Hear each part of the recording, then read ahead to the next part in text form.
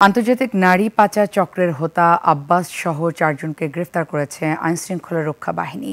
চীনে আকর্ষণীয় বেতনের প্রলোভন দেখিয়ে তারা বাংলাদেশ থেকে নারী পাচার করে তাদের দেহ ব্যবসায় বাধ্য করত। চক্রটি 8 বছর ধরে এই কাজ চালিয়ে আসছে। রাশেদ রায়হানের রিপোর্ট। বিদেশি নাগরিকরা ভালোবাসার টানে বিয়ে করছেন বাংলাদেশে, এরপরে উড়াল দেবে উন্নত দেশে, স্ত্রীকে উপহার দেবে বিলাসবহুল জীবন। বরকনের এমন রোমাঞ্চকর গল্প শুনে পুলক জাগলেও এর পেছনে লুকিয়ে আছে ভয়ঙ্কর তথ্য।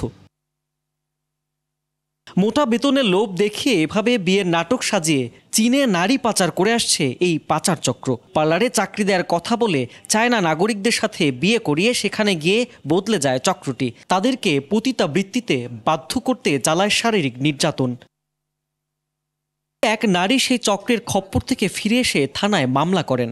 আমি তো বিউটি পার্লারে কাজ করতাম, তো ওরা সেটাই বলছে, কিন্তু ওরা আসলে ওইখানে যাওয়ার পর এই কাজটা দেয় না।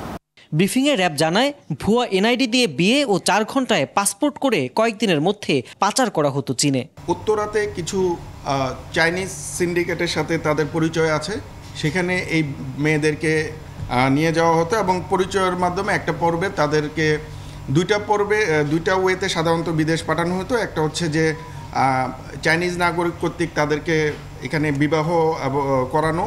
পদ্মা সেতু ও গার্মেন্টসে কর্মরত চীনা নাগরিকদের যোগ সজেশে প্রায় 8 বছর ধরে নারী পাচার করে আসছিল চক্রটি। পদ্মা সেতুর যেই রেল লাইনের যেই কাজটা চলছে সেখানে প্লাস হচ্ছে আমাদের এখানে পর্যাপ্ত পরিমাণে গার্মেন্টসে এখন অনেক চাইনিজ কাজ করে, তো তাদের লিঙ্ক আপেই এই কাজটা গত 7-8 বছর ধরে শুরু হয় এবং এই 7-8 বছরে প্রায় অর্ধশতাধিক মেয়ে এই পন্থায় দেশ ত্যাগ করে অথবা দেশ থেকে তাদেরকে পাচার করা হয়। এর সাথে আরও 4-5টি চক্র জড়িত, তাদের গ্রেপ্তারে চেষ্টা চলছে। বাবু নামের পরিচয় হয়। রাশেদ রায়হান, 21 টেলিভিশন, ঢাকা।